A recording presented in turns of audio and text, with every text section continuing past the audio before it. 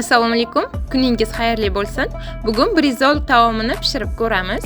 Bizga videoda ko'rsatilgan mahsulotlar kerak bo'ladi. Ketchup, mayonez, konservalangan jo'xori, pomidor, bodring, kolbasa, kartoshka, tuxum, farsh, piyoz kerak bo'ladi. Farshimizni, tuzini, pripravalarini solib, go'shtimizni 3 ga bo'lib, salofan paket o'rtasiga qo'yib yoyib olamiz. Tuxumni choqib, tuz bilan yaxshilab aralashtirib olamiz. Har bitta go'shtga bittadan tuxum ketadi. Kartoshkani mayin so'muncha to'g'rab, qovurishga tayyorlab oldim. Idishimizga tuxumni yayratib olib, ustiga go'shtimizni qo'yamiz. Qizib turgan skоворodkamizga go'shtimizni sekin-astalik bilan yayratib olib, ikki tomonini 5 minutdan pishirib olamiz. Pishib chiqqan go'shtimizni ustiga mayonez, ketchuplarni surtib olamiz va mahsulotlarimizni ketma-ket qo'yib, rulet shaklida o'rab olamiz. Mana taomim ham tayyor, yoqimli ishtaha.